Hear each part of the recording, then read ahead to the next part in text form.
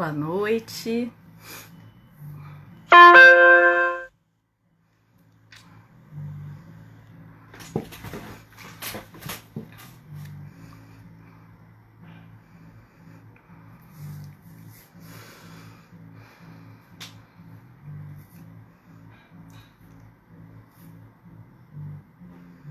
Olá, tudo bom, Rodrigo? Como vai? Seja bem-vindo, minha mãe. Entrei um pouquinho mais cedo, né, para dar tempo aqui de fazer os ajustes na internet, para ver se está tudo certo, para que a gente consiga fazer uma live legal aqui. Então vou esperar dar. Faltam uns minutinhos ainda para 7, quando der 7 horas eu começo por aqui, tá bom? Dá tempo também de convidar as pessoas. E aí, olha a Neuza, o pessoal lá na casa do meu pai. Obrigada pela presença. Kamai, tudo bem? Prazer tê-la por aqui.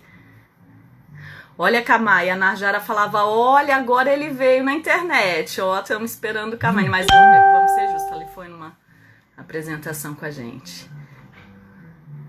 Legal, Kamai. Cris também. Então, eu entrei uns minutinhos antes, tá? Vou começar daqui a pouco, tô esperando o pessoal entrar, e entrei também para testar a internet. Ó, o Kamai tá até rindo, ele já sabe. Cadê a Narjara?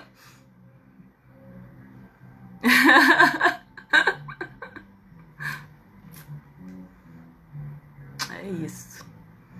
Faltam uns minutinhos, estou esperando as meninas entrarem também. Não sei se a Sandra Bu e a Narjara já entraram. Pois é, né, Kamai? Muito bom vê-lo por aqui. Deixa eu avisar aqui as meninas que eu já tô por aqui.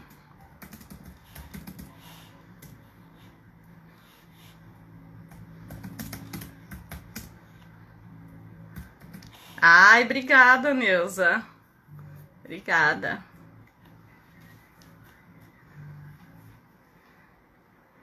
Samara, tudo bem, Samara? Obrigada pela presença.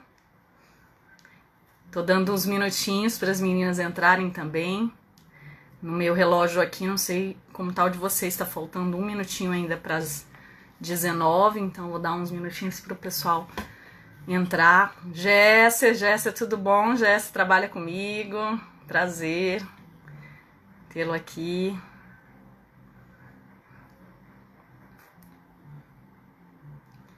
Será que a Narjara e a Sandra já entraram já?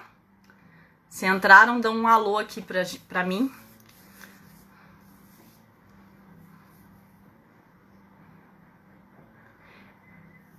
Daqui uns minutinhos a gente começa. Tá firme aí.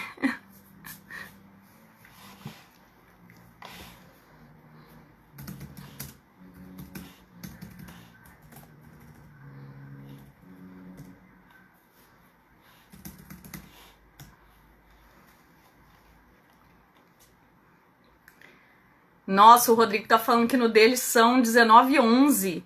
O meu agora deu 19, Rodrigo.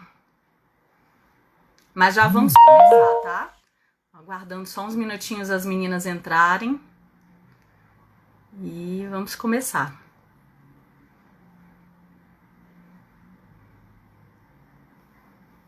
O Rodrigo sempre adiantado. A Bu entrou. Tudo bem, Bu?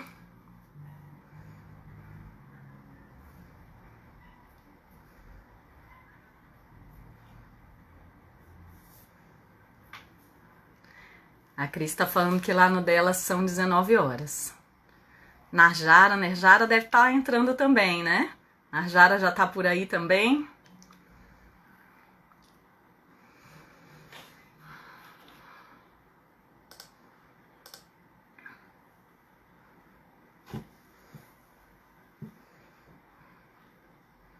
A Bu vai chamar a Narjara.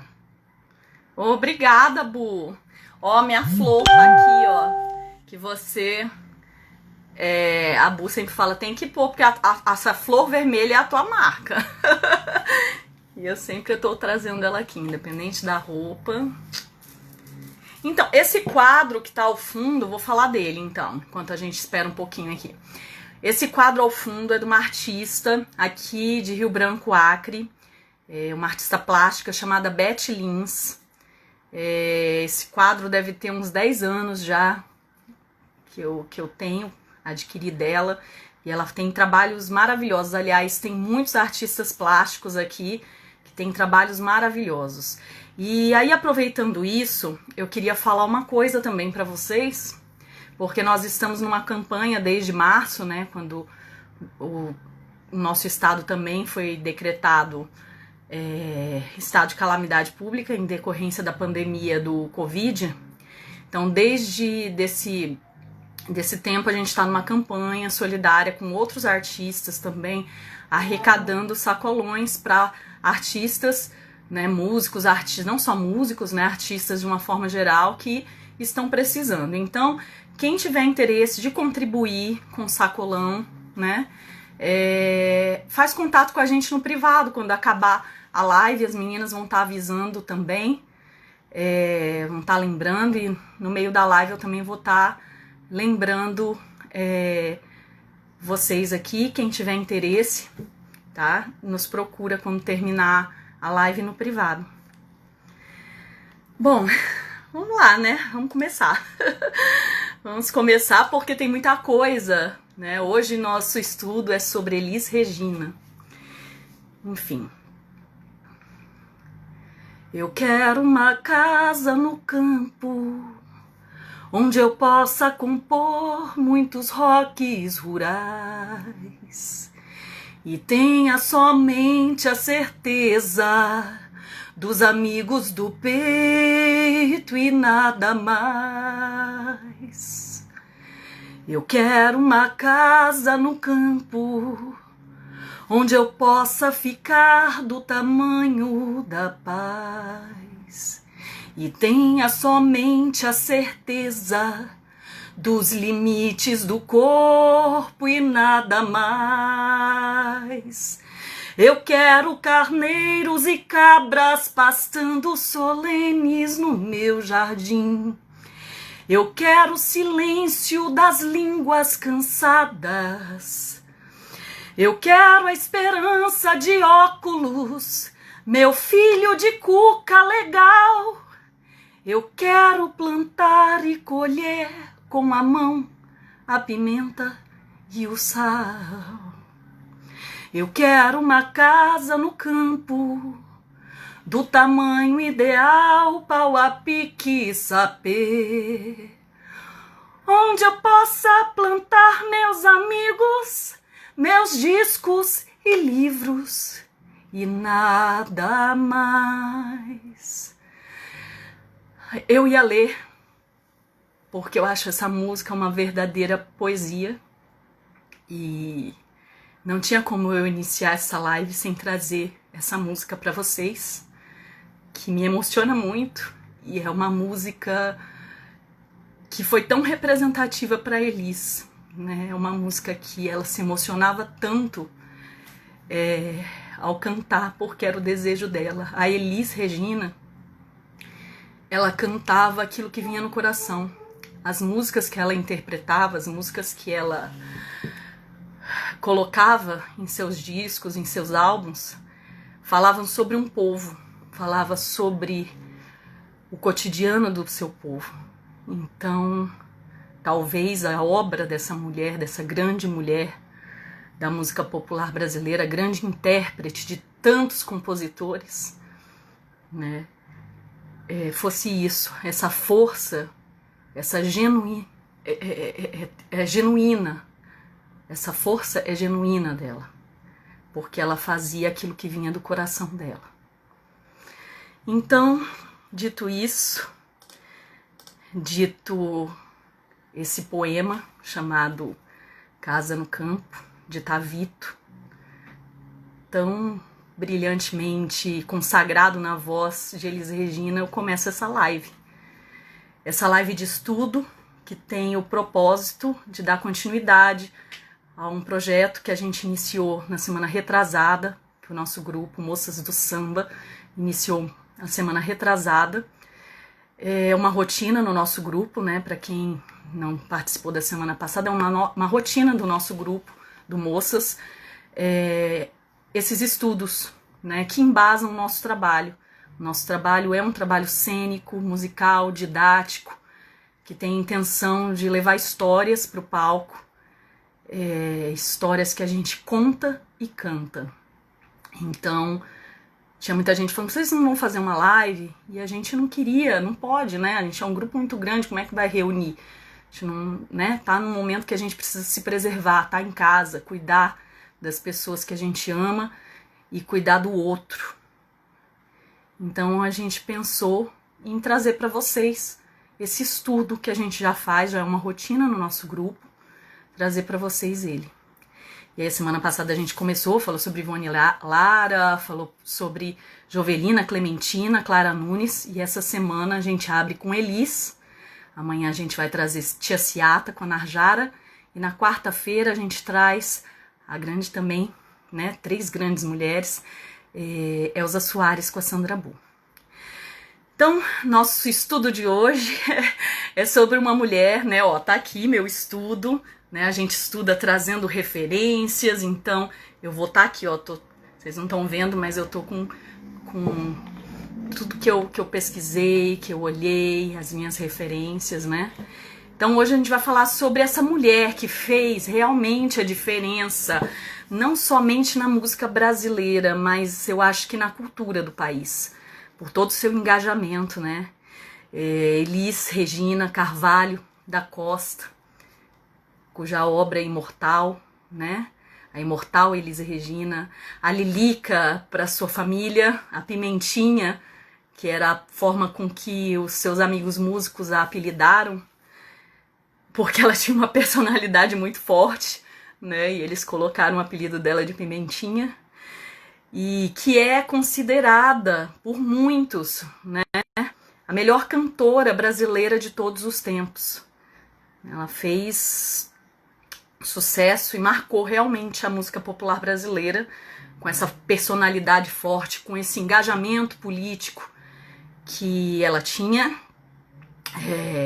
engajamento social, e especialmente pela sua voz marcante, que eternizou aí tantos sucessos, né? Esse que eu cantei, do Tavito, Casa no Campo, Bêbado e Equilibrista, o Bêbado e a Equilibrista, de Aldir Blanc e João Bosco, e a gente vai falar daqui a pouco do grande Aldir Blanc, Águas de Março, do Tom Jobim, Atrás da Porta, de Chico Buarque, Romaria, né, de Renato Teixeira, nossa, tantas músicas, tantos artistas que essa artista apresentou para o nosso Brasil, né, porque Elis era essa pessoa que ligava, que ia atrás dessa nova composição, desses novos compositores, dessas novas poesias que estavam ali brotando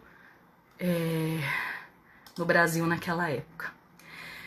E a sua morte, né, a sua precoce morte aos 36 anos de idade, mostrou realmente que essa mulher, a força dessa mulher, que essa mulher veio para ficar, né?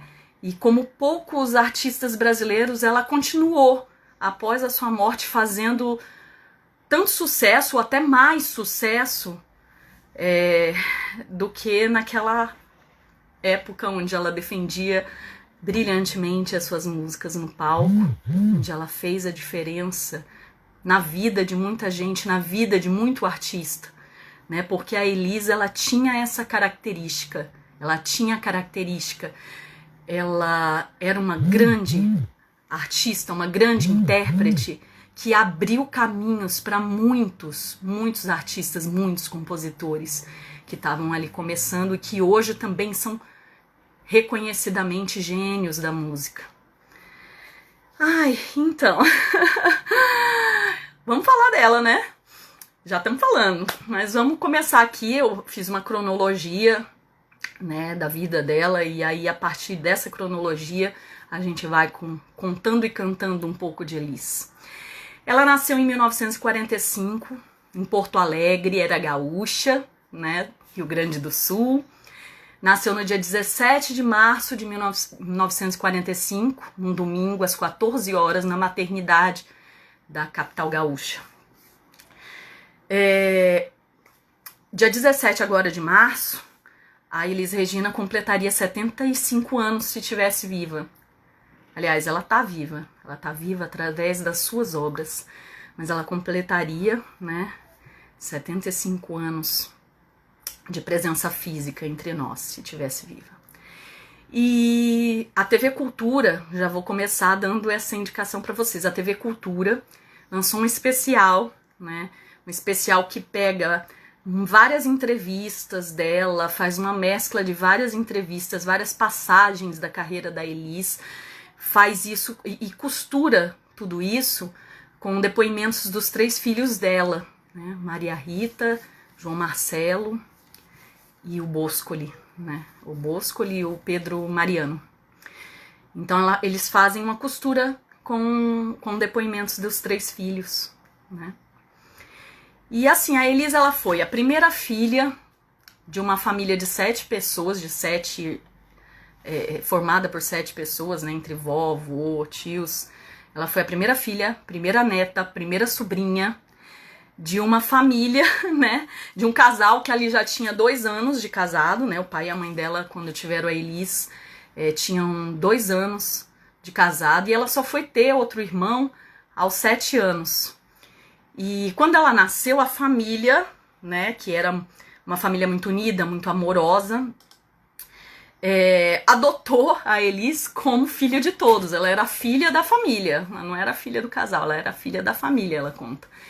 E tem uma curiosidade sobre o nome dela, era para ela chamar só Elis, que na época a mãe dela... Aí tem várias histórias em relação ao nome dela, mas uma que eu li, que eu tô trazendo para vocês, é que a mãe dela estava lendo um livro cujo marido da personagem central do livro chamava Elis.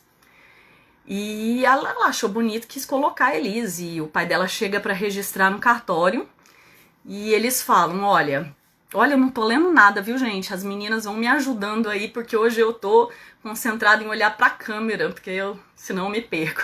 Mas enfim, o pai dela chega pra registrar ela no cartório, o rapaz do cartório vira e fala, olha, não tem condição de eu registrar só Elis, ou se eu muda o nome, ou se eu acrescento o segundo nome, porque Elis pode ser tanto pra homem quanto pra mulher. Uai, o pai quer colocar o nome e aí não vai poder, porque pode ser homem, pode ser mulher, né? Enfim, nem vou entrar no mérito dessa questão, dessa discussão aqui. Mas aí o pai dela, né, pensando rápido ali no cartório, com as referências de nomes femininos que ele tinha, acrescentou ao Elis o Regina. E ela brinca em várias entrevistas que eu assisti sobre isso, que o pai dela naquele momento sabia que ela ia ser artista, né, que já colocou um nome artístico, que ela nunca precisou adotar um nome artístico, como era muito comum, né? Porque o nome dela já era artístico. E ela, assim, sempre perguntavam pra ela também se ela... né, ela começou muito cedo na música, né? Se ela era superdotada, se ela tinha dotes. Ela falou, gente, pelo contrário, eu sempre fui uma menina extremamente acanhada, tímida, né? Encabulada, né? Ela participava, né? Dessas horas de arte que toda a família tinha, nesse encontro das artes, né, que as famílias se reuniam para fazer, né? Ela acredita que a família já via o potencial dela desde pequeno, porque sempre estimulou que ela fizesse, que ela se dedicasse, né? E aí a Elis, ela tinha um sonho, ela não tinha um sonho de cantar, ela tinha um sonho de tocar piano.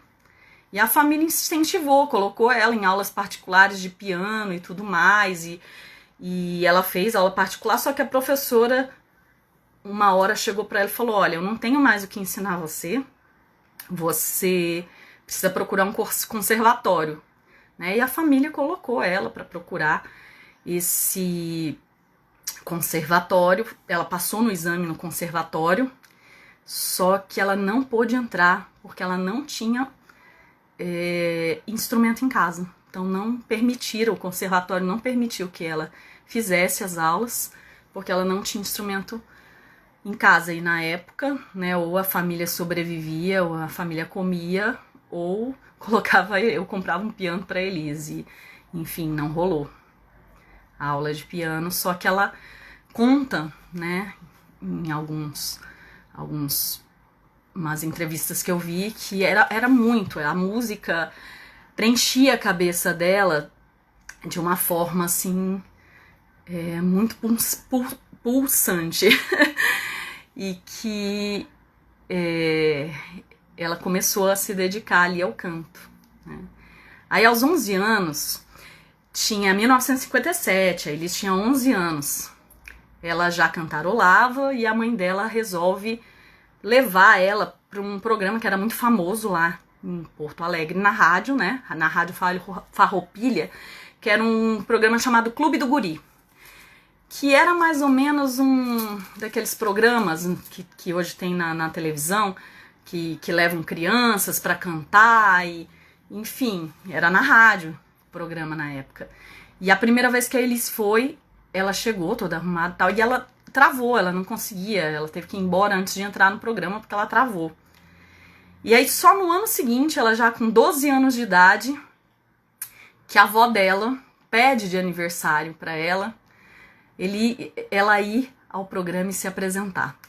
E aí ela é levada pela mãe, consegue se apresentar, chama a atenção, né, dessa coordenação dessa rádio, e ela é inserida nessa programação da rádio, como aquelas crianças que ficavam, né? Tinha umas crianças fixas que ficavam dando suporte e tudo. Tinha as crianças que vinham, cantavam uma música, mas tinha aquelas crianças que sempre se apresentavam. E a Elis passou a se apresentar nesses programas. As meninas estão lendo aqui, também amo o nome curto. Então, era o nome, né? E aí essas crianças que se apresentavam, elas não ganhavam nada naquela época na rádio, né? Elas ganhavam, era uma caixa de chocolate do patrocinador do programa. Enfim. Em 1958, a Elis, com 13 anos de idade, que ela assina, né, depois de um ano ali, assina o contrato com essa rádio. E ela começa, começam a chamá-la de a Estrelinha Gaúcha. E nesse ano também, de 58, ela ganha um concurso com 13 anos de idade de melhor cantora do ano, promovida por uma revista de TV, cinema, rádio, né, da época, que tinha uma filial, né, que era essa filial da rádio que ela tava. Ela ganha, né, era um concurso nacional promovido por essa revista. E nessa época já, muito precoce, ela era crooner, né? Ela era back crooner de bandas que tocavam música mais melódica, né? Ela fazia ela era crooner dessas bandas. Aí foi só em 61, aí ele já com 16 anos, que ela, vamos falar assim, foi descoberta, porque ela já tinha ali, já transitava, mas que ela começa a despontar para fora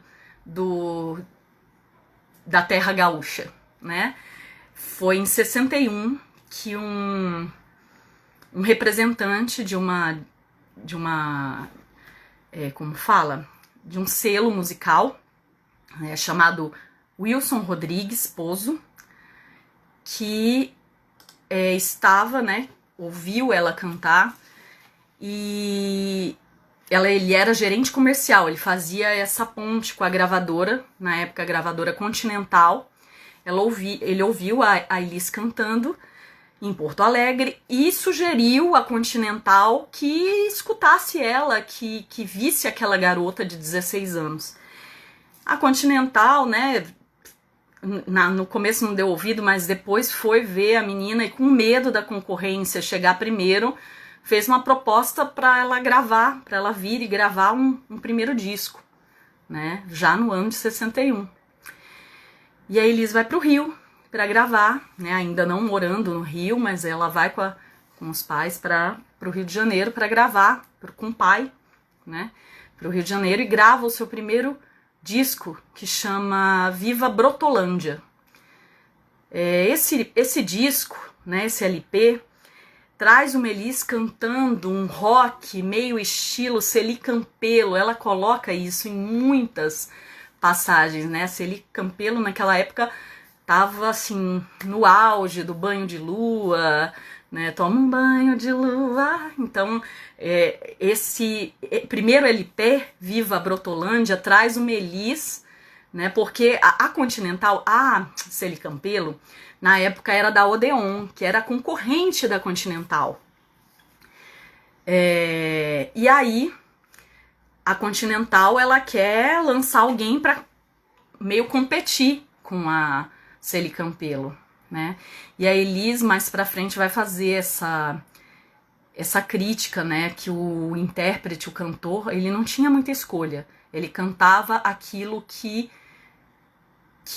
a gravadora queria. E muito tempo foi assim na vida dela, né? Os 3 primeiros álbuns da Elis foi assim, né? Então, 61 tem isso, esse álbum, Viva Brotolândia. Depois, em 62, ela grava Poema de Amor. Gente, eu queria só fazer uma pausa aqui para perguntar se a Verônica Padrão tá aí, que ela falou para mim que ia entrar hoje aqui. Então, se a Verônica estiver por aí, faz um tchauzinho, Verônica, que eu quero ver se você quer entrar aqui com a gente. Ela tava falando, Carol, vou assistir vocês, vou lá na live hoje. Se a Verônica estiver aqui, será uma honra recebê-la aqui hoje, viu, Verônica? Então me dá um tchauzinho se você estiver aí. E vou continuar, tá? Se a Verônica estiver, fala um oi. Então, e aí em 62 ela grava o Poema de Amor. E o Poema de Amor, ela traz, assim, boleros. Ô, Verônica, eu antes de falar dessa fase, eu queria chamar a Verônica, porque... Tu entra, Verônica, agora? Só me dá um ok, assim. Eu vou chamar a Verônica, então, porque a Verônica tem um compromisso e eu queria muito que ela entrasse e cantasse alguma coisa pra gente, porque eu vi a Verônica já cantar tanta coisa linda, linda, linda da Elis. Então, antes de eu continuar a história da Elis, eu vou aqui chamar a Verônica. Só um pouquinho, que eu ainda sou um pouco... Ai, meu Deus, cadê a Verônica? Tô aqui procurando, a Verônica não aparece aqui pra mim. Uai, a Verônica não tá aparecendo pra mim aqui, por quê? Se ela tá... Ah, tá aqui! Verônica. A Verônica que tá lá em Salvador, gente. Gente, que momento especial. Olha, eu sou tão fã da Verônica, eu nem acredito que ela tá aqui. Gente. Ai, que linda! Oh, meu Deus, como eu amo essa mulher, gente. Eu amo essa mulher, a voz dessa mulher me emociona demais. E eu tô emocionada de ter você aqui, viu? Nossa, mãe, Muito obrigada. a honra é toda minha, o prazer é todo meu. Você Nossa, está eu me tô feliz fazendo participar demais. de uma coisa que eu gosto, né? É a minha vida inteira. Tá bem baixinho, Verônica, mas todo mundo tá escutando a Verônica? Oi, gente! Deu para Agora ouvir sim, melhorou um agora? pouco. Agora dá. Ai, Verônica. Verônica, posso pedir? Você canta alguma coisa, o que você quiser trazer pra gente da Elis na sua voz, vai ser lindo. Olha, eu e as meninas amamos você, amamos seu trabalho, a gente tem um carinho e um respeito profundo por você, viu? Obrigada, Carol. Mas De eu posso verdade, do nosso começar com Atrás coração. da Porta, já que você citou aí, uma das músicas que você listou aí, que falou, você citou Atrás da Porta. Eu posso cantar Atrás da Porta? Mas eu canto Pode, que eu aqui. vou depois falar dessa parceria com o Chico Buarque, seria fantástico você trazer essa música pra gente. Então, vamos lá. Quando olhaste bem nos olhos meus, e o teu olhar era de adeus, juro que não acreditei. Eu te estranhei, me debrucei sobre o teu corpo e duvidei. E me arrastei e te arranhei e me agarrei nos teus cabelos, nos teus pelos, teu pijama nos teus pés, ao pé da cama, sem carinho, sem coberta, no tapete atrás da porta, reclamei baixinho. Dei pra maldizer o nosso lar, pra sujar teu nome, te humilhar e me vingar a qualquer preço, te adorando pelo avesso, pra mostrar que ainda sou tua, até provar que ainda sou tua.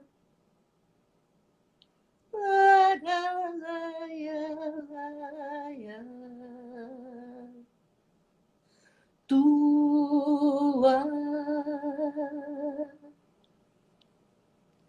Obrigada. Ai, gente, que coisa linda! Uhul! Uhul! Gente, eu tô emocionada aqui, meu Deus do céu. Emociona, né? Mas cantar aí. Gente, essa música é uma.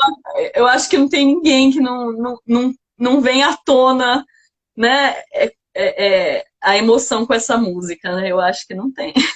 Que não tem alguma Ela história só com essa cantou música. compositores, assim, maravilhosos, compositores mesmo que onde a MPB sempre apareceu de uma forma muito digna, né? Através daquela voz maravilhosa. Nossa, obrigada, Verônica. Obrigada Obrigada. a Você quer vocês. cantar mais alguma coisa? Posso te explorar aqui assim também. Se você quiser cantar mais alguma coisa, você fica à vontade. Tá, mas as meninas vão cantar, não? Eu também quero ouvi-las. E depois... Vão mais pra frente, mas vai rolar aqui até a hora que for, a gente vai estar por aqui. Eu tinha falado com a Verônica, ela falou: eu vou estar lá com vocês. Aí eu tenho uma música, não sei se ela vai querer cantar essa, né? Que é uma que, deixa eu até ver, aqui da Violeta Parra, que eu falei para ela, não sei se ela, pelo menos um trechinho. Pode ser, Carol, pode Pode ser. ser? Pode. E para mim a Elis, assim, né, depois da Violeta, claro, lógico, óbvio, tem uma das interpretações mais lindas dessa música. E depois dela, eu ouvi a Verônica cantando essa música uma vez, num show dela, e eu Cantando. chorei muito assistindo você Ah, cantando essa música. obrigada. Eu adoro. Gosto muito. Sempre as pessoas fizeram uma referência, achando ela parece um pouco, ela parece assim, fisicamente, né? Eu tinha uma sogra que ela vivia dizendo: Olha, você é a cara da Mercedes. E aquilo foi ficando, e sempre eu fui tiete, sempre gostei muito. E depois, então, que eu comecei a participar mesmo ativamente das coisas que ela fazia, acompanhava a carreira, isso para mim deixou esse legado maravilhoso para a gente. Olha, a Vânia aqui tá mandando um beijo pra gente. A Vânia, que era lá da FEM, não sei se você lembra dela, tá aqui, ó. Lembro a Vânia. A Vânia, Beijo, Vânia. beijo. Então, se tu puder, faz um pedacinho pra gente dela. Gracias a la vida que me ha dado tanto, medios de lucero, que cuando los abro, perfecto distingo lo negro del blanco y en el alto cielo su fondo estrellado y en las multitudes el hombre que yo amo. Gracias a la vida que me ha dado tanto, me ha dado el sonido del abecedario con las palabras que pienso y declaro, madre, amigo, hermano, y a luz alumbrando la ruta del alma del que estoy amando. Gracias a la vida que me ha dado tanto, me ha dado la marcha de mis pies cansados, con melos de anduve, ciudades y charcos, playas y desiertos, montañas y llanos, en la casa tuya, tu calle, tu patio. Gracias a la vida que me ha dado tanto, me dio el corazón que agita su marco cuando miro el fruto del cerebro humano, cuando miro el fruto tan lejos del malo, cuando miro el fondo de tus ojos claros. Gracias a la vida que me ha dado tanto, me ha dado la risa y me ha dado el llanto, así yo distingo dicha de quebranto, los dos materiales que forman mi canto y el canto de ustedes, que es el mismo canto, y el canto de todos, que es mi propio canto. Gracias a la vida, gracias a la vida, gracias a la vida.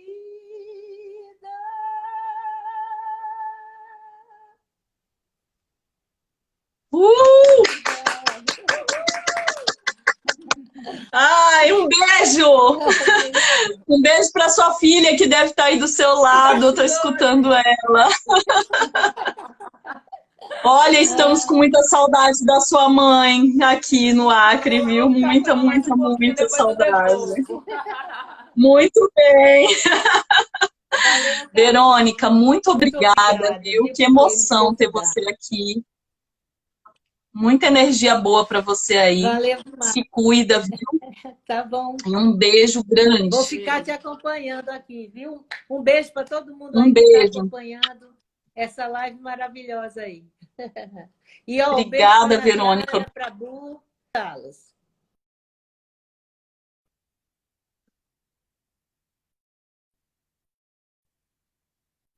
Oh, meu Deus, obrigada, muito obrigada, viu? Bom, gente, vamos continuar. Nossa, depois desse, meu Deus, turbilhão de emoções aqui despertada pela Verônica com essa voz linda, com essa interpretação maravilhosa, vamos continuar, né? Então, eu estava falando para vocês que os 3 primeiros discos da Liz, né? Ela não teve muita escolha de repertório. Era um repertório imposto pela gravadora, né? Então, o primeiro era aquela coisa, meio uma reprodução Celi Campelo, né? Querendo a gravadora fazê-la uma segunda Celi. O segundo, a gravadora aposta em vários boleros, em hits de boleros, né? Que chama, o segundo disco dela de 62, chama Poema de Amor. E o terceiro, chamado O Bem do Amor, ela traz também alguns sambas, canções e e algumas canções também populares da época, né? Dos ritmos que se tocavam na época, mas tudo escolhido pela gravadora. E eu queria, dessa época, trazer uma música, só beber uma água aqui, para vocês que está no segundo álbum dela, né? É o álbum, aliás, no terceiro álbum dela, de 63, chamada Dengosa. E é assim. Eu sou dengosa, gosto de carinho, amor pra mim tem que ter denguinho. Eu sou assim, dengosa para amar. Procuro alguém dengoso para ser meu par. Amar com dengo dá gosto de se amar. Beijar com dengo dá gosto de se beijar. Amor com dengo fica mais gostoso o carinho. Pois para amar com dengo é preciso ter beijinho. Eu sou dengosa, gosto de carinho. Amor pra mim tem que ter denguinho. Eu sou assim, dengosa para amar. Procuro alguém dengoso para ser meu par. Procuro alguém dengoso para ser meu par. Procuro alguém dengoso para ser meu par. Enfim, essa é uma das canções que está nos álbuns e ela traz esses ritmos, né? Colocados lá pela bolero, samba canção, e no primeiro, né, meio Campelo, aquele rock Campelo, né? E essa é a primeira fase da Elis. Só que em 63, quando ela grava esse álbum, um produtor, Ayrton Santos, né, lá de Porto Alegre, ela ainda está em Porto Alegre, tá? 63, ela está indo gravar no Rio, mas ela continua em Porto Alegre.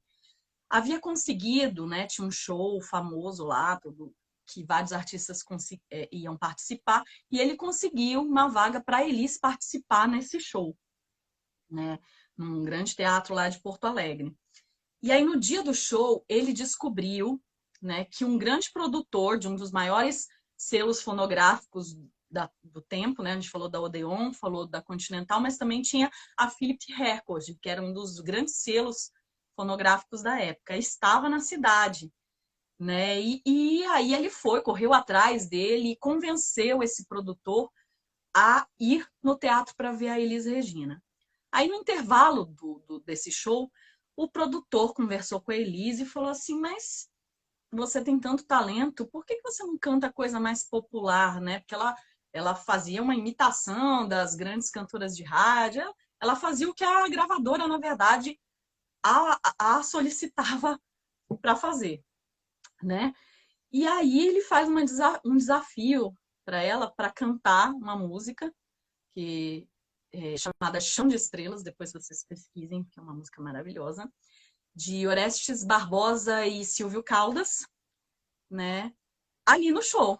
E ela entrou no segundo tempo do show e cantou essa música lindamente. E esse produtor, no final, a procurou de novo, deu o cartão para ela.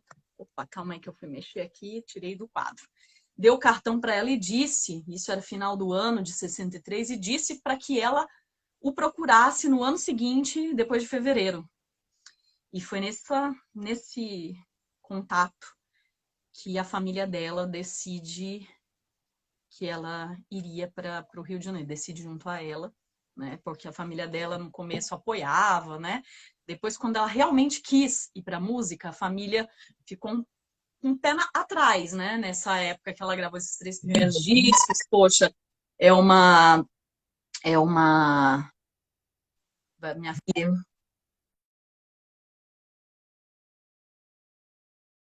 E foi ali que, nesse contato com esse produtor que deu o cartão para ela, pediu para que procurasse, que a família decide que a Elis vai para o Rio, né? Junto. E, enfim, Elis chegou no Rio exatamente no dia 31 de março de 1964.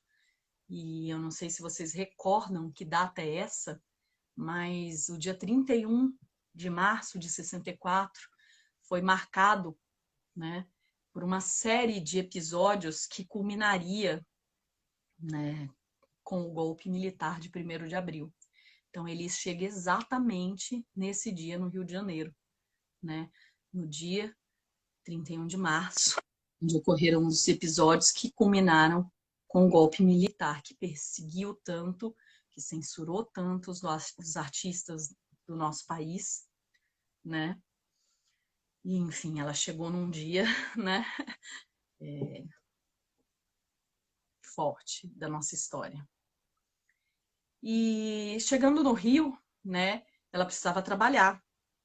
E como ela tinha experiência na rádio, lá gaúcha, né, ao longo do tempo, ela conseguiu um emprego também na TV Rio e participou de vários programas, né? Um deles foi o programa Noites de Gala, de Círio Monteiro, e ela se tornou muito amiga do Círio Monteiro. Ainda em 64, eles conseguem a produção do seu primeiro show, que iria acontecer no Beco das Garrafas, que era um local, gente, o Beco das Garrafas, muito importante na noite carioca, né? Muito movimentado, cheio de bares, e ali se apresentavam vários artistas, né? Um local que ficava localizado em Copacabana. Porém, nessa época tem uma curiosidade. Os produtores do show detectam que a Elis tem uma belíssima interpretação, mas ela é travadíssima, né? Travada. Ela não tinha presença de palco, ela cantava paradona, assim, né? Ela não tinha essa chegada com o público. Então, eles contratam um coreógrafo para ajudá-la a se soltar, né? E é ali, com esse coreógrafo, que a Elis começa. Até teve uma época que eles chamavam ela, que tinha os movimentos de helicóptero, né? Ela cantava, não dá para ver a minha mão, mas ela cantava fazendo os movimentos de helicóptero. E só que ali ela aprendeu muita coisa com esse coreógrafo, né? Então a Elis é uma grande intérprete, ela tinha uma presença que ela foi construindo, uma presença cênica que foi construída e com a habilidade dela também, né? E o show foi um sucesso, né? Nessa época a Elis ela namorava um produtor cultural que chamava Solano Ribeiro também, que deu uma força muito grande nesse começo da carreira dela. Foi um ano, né? Aí eu vou passar para o ano seguinte, que foi um ano glorioso para a Elis, 1965. Enfim, para falar de 65, eu vou também falar daquele finalzinho de 64. A Elis começa a se apresentar no Beco das Garrafas, só que ela começa a ser convidada para cantar em São Paulo também. E ela começa a furar com seus compromissos no Rio, então ela causa uma série de desentendimentos com alguns produtores de bares ali. Aí briga com um porque faltou num show, aí briga com outro que cancelou o show. Enfim, em 65 a Elis muda para São Paulo. E esse ano foi um ano muito glorioso na vida dela. 65 é um marco na carreira dela, né? Dali para frente ela começa a ser uma outra Elis, né? Uma outra Elis que eu falo nessa parte artística. E ela foi convidada, né, nesse ano. Então, vou citar alguns episódios para vocês verem a importância desse ano na vida dela. Foi tudo muito intenso, né? Nesse ano, ela muda para São Paulo. Ela foi convidada para se apresentar no programa Fino da Bossa, na TV Record, ao lado do Jair Rodrigues. Esse programa ele durou de 65 até 67 na TV Record, né? E esse ano também ela foi a grande vencedora, começou no ano de 1965, começou pela TV Excelsior.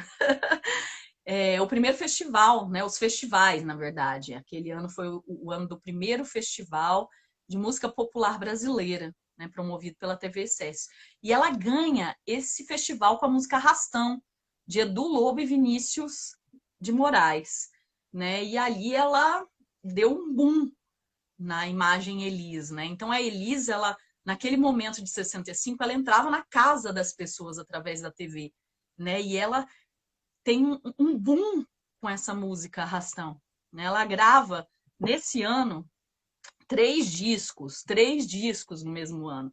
Um que foi um álbum de estúdio, agora não mais pela Continental, pela Philips Records, que ela diz que foi a primeira gravadora que permitiu que ela fosse a Elis Regina, que aceitou, né, entre aspas, vamos colocar aqui, porque as gravadoras também impunham alguma coisa, mas que permitiu que a Elis cantasse aquilo que ela, né, o que era dela, o que ela se via, né, como artista. Então ela grava o Samba Eu Canto Assim, que foi um álbum de estúdio pela Philips, que foi um álbum assim muito importante para ela, que traz vários compositores de destaque, como Edu Lobo, Vinícius de Moraes, Dorival Caymmi, Rui Guerra, Paulo Sérgio Vale, enfim, tinham compositores de peso ali com músicas naquele álbum. Né? E ela grava dois outros álbuns que são ao vivo, um com o Zimbo Trio, chamado O Fino do Fino, e o outro com seu grande parceiro, né, do programa de TV, que era o Jair Rodrigues, chamado Dois na Bossa. E esse primeiro álbum de Dois na Bossa traz esse grande boom do Arrastão, que é do Vinícius e do Edu Lobo, traz Menino das Laranjeiras, que é do Theo Barros também, que foi uma música muito importante nesse começo da carreira dela, e traz a música Preciso Aprender a Ser Só, de Marcos e Paulo Sérgio Vale. Essa música, né, todo mundo questionava, algumas entrevistas que eu vi dela, ela falou assim, qual foi a primeira música que você chegou ao público? Aí ela falou, olha, as pessoas acham que foi Arrastão, mas eu acho, outros acham que foi Menino das Laranjeiras, mas eu acho que foi a primeira vez que eu toquei as pessoas com a minha arte, na minha opinião, foi com a música Preciso Aprender a Ser Só. Então eu trouxe essas 3 músicas desse álbum que eu acho que traduzem um pouco desse início. E aí sobre esse álbum eu falei já um pouco, né, que embora ela tivesse gravado já 4 discos, a Elis é o primeiro que ela se afasta daquela figura que queriam transformá-la, né, em uma segunda Celi Campelo, né? Ela tinha um álbum pronto naquela época, brasileiríssimo, né? Como ela queria, né? Ela criticou muito isso, ela criticou a vida inteira isso, desse mercado fonográfico que impunha aos artistas o que o mercado queria, né? Enfim, isso continua até hoje, né? Mas hoje a gente tem outros canais e as pessoas podem se manifestar por outros, né? Mas naquela época você, enfim, tinha que estar ali vinculado a essa gravadora, né? Então, esse disco ele vendeu uma quantidade absurda de cópias para os parâmetros da época, né? Foi um disco que vendeu 120 mil cópias, que para a época era muito. E esse ano também a Elis compõe a sua primeira e única música, chamada Triste Amor que Vai Morrer, que ela fez em parceria com o jornalista radialista Walter Silva. Eu tentei achar, né, essa música, não foi muito bem sucedida, mas eu trouxe aqui o nome dela para vocês. E então, eu passo de 65 para os anos de 66 e 67, né, que ela, nesses anos, ela grava mais 2 edições do álbum, né, que é vinculado àquele programa de TV que ela faz com Jair Rodrigues, que ela grava mais 2 álbuns, né, chamado Dois na Bossa, que foi aquele de 65, Dois na Bossa 2, de 66, e Dois na Bossa 3, de 67. E aí no 2 ela traz uma parceria, que foi uma parceria que ela fala que foi muito frutífera. Caetano Veloso fala em alguns depoimentos que todo mundo falava do Caetano, né? E o Caetano falava assim, você é a intérprete do Gilberto Gil. E ela teve uma parceria assim muito frutífera com o Gilberto Gil. Ela fala que o Gilberto Gil para ela era um artista completo, porque ele tinha a poesia, ele tinha a alma, ele tinha a musicalidade, né?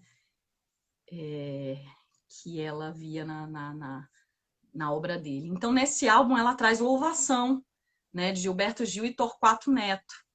Ela traz uma música que eu acho que o pessoal de teatro que vai estar aí vai saber, né? Que é o Paneguinho, que foi uma música super famosa na voz da Elis, né? Composta por Gianfrancesco Guarnieri, tá?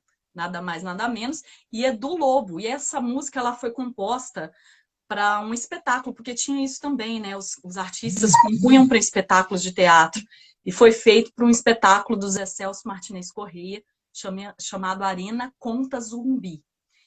Nesse disco também ela traz Canto de Ossanha, do Baden e do Vinícius, ela traz O Morro Não Tem Vez, do Carlos Lira, com Antônio Carlos Jobim e Rui Guerra e Vinícius de Moraes.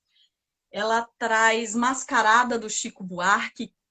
Ela traz também nesses dois álbuns, né? Eu Sei Que Vou Te Amar, do Tom Jobim. E ela traz um pupurri nesses álbuns, bem legal também, sobre sambas de exaltação da Mangueira, né? Como canções de Aloysio da Costa, né? Mangueira, teu cenário amarelo. Ela e o Jair Rodrigues. Que a natureza criou. Enfim, traz uma música muito forte nesse álbum, nesse terceiro, que é Manifesto, de Mariozinho Rocha. Procurem essa letra tão atual. Bom, Elis foi casada com Ronaldo Boscoli, que era um produtor, né, nessa época, entre 67 e 72, e com ele ela teve o João Marcelo Boscoli. E o Ronaldo Boscoli foi uma pessoa muito que ajudou muito a Elis, né? Influenciou muito ela, apesar de que eles falam, a família fala que a Elis não era influenciada, e quem tentou influenciar ela, né, de alguma forma, mas várias coisas que ele dava de dicas para ela, o Boscoli, ela aceitava, né? Ela tomava, né? Ela falava que não ia fazer, mas acabava fazendo. Aí eu vou pular agora para 69, quando ela grava o álbum Elis. E aqui eu queria destacar que ela grava nesse álbum Aquarela do Brasil, de Ari Barroso. Brasil, meu Brasil brasileiro. Enfim, ela grava o Barquinho, de Roberto Menescal e Ronaldo Boscoli, que também era compositor. E Andança, que um ano antes, em 68, tinha lançado a Bete Carvalho, que é uma composição de Edmundo Souto, Danilo Caymmi e Paulinho Tapajós. Bom, ainda em 79, nesse período de 69 e 70, ela sai um pouco do Brasil e ela grava, ela vai para a Suécia, grava com um músico de jazz belga, o disco Elise Tools, né, chamado Aquarela do Brasil, que é lançado no Brasil também pela Philips Records e que traz vários sucessos da bossa nova, né? Ela grava outro disco também com um americano e volta para o Brasil, e em 70 ela grava o disco Elis, Miele e Boscoli. Nesse disco ela grava, vou trazer para vocês, Zazueira, de Jorge Ben, Irene, de Caetano Veloso, que também foi um grande parceiro, temos que citar aqui, Aquele Abraço, de Gilberto Gil, e uma música que ela traz, né, dessa época, que é Can't Take My Eyes Off You, de Bob Galdino. Aí, nesse ano, de 1970, ela grava um disco muito representativo na carreira dela, que chama Pleno Verão. Né? Ela volta, ela partiu, foi para fora para explorar novos públicos, né? E ela volta, nessa época, que ela volta para o Brasil em 70, a Jovem Guarda surgiu. E a Elisa até criticava, falava, esse tal de iê é uma droga, né? Enfim, ela volta para o Brasil, né? E ela encontrou um clima muito pesado aqui nos anos 70, né? Com a chegada do AI-5. O Caetano e o Gil estavam isolados. Vai acabar, mas eu vou voltar, tá? Eu vou voltar porque agora eu vou chamar a Narjara e a Bu, nesse momento, quando eu voltar. Então se preparem aí, meninas.